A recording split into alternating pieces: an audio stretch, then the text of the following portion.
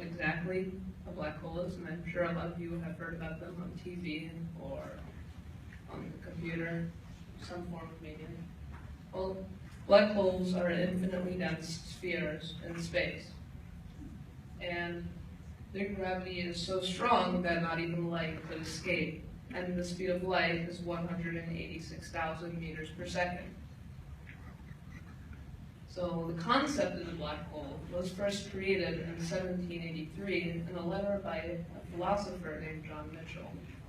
He referred to black holes as dark stars with strong enough gravity that not even light could escape. The term black hole was coined by physicist John Wheeler in 1968, and the idea of the Schwarzschild radius was created by Carl Schwarzschild in 1916 while he was fighting the Western Front in World War I. The anatomy of a black hole. Since the event horizon is the edge of a black hole, it is known as the point of no return. Once an object has passed the event horizon, it is unable to go back because of the immense gravity. The singularity is the center of the black hole, and once mass has passed the event horizon, it will move towards the singularity. So the Schwarzschild radius is the point where the radius of a body becomes so dense that you would have to travel the speed of light to escape its gravity. If you were to condense a ball to its Schwarzschild radius, then the ball would spontaneously crush itself down and itself into a black hole under its own gravity because it's so dense. After this, not just would it have become a black hole, it would be infinitely dense. And this is a diagram, and as you can see, the Schwarzschild radius of this object has reached its Schwarzschild radius, and singularity is the center, and this is the event horizon, which is the edge.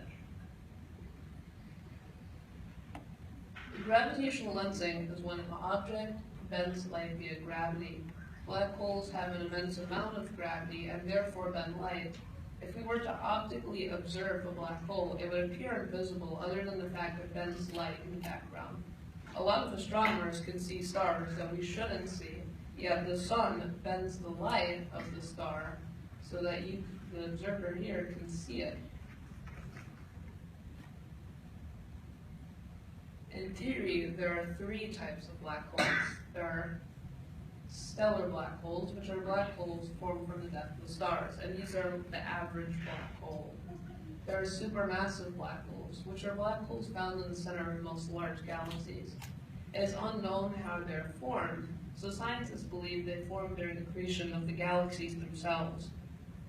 And there are also miniature black holes, which are theoretical black holes, smaller than the sun, that's formed during the beginning of the Big Bang.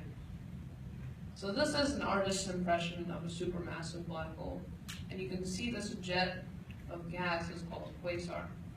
The gas spinning around it is called the accretion disk. This is an artist's impression of a stellar black hole. And this is probably what a black hole would look like. And you can tell it's more realistic because you can see that it's bending the light around it. And that's what the effective gravitational lensing would look like. And this is an artist's impression of a miniature black hole. So the formation of stellar black holes. And stellar black holes are formed during the death of a star with a mass greater than 2 to 3 solar masses. One solar mass is 1,989 octillion kilograms. So imagine that times 2 or 3. A star's life is a battle between fusion and gravity. As the fusion pushes energy out of the star, gravity pulls the star in.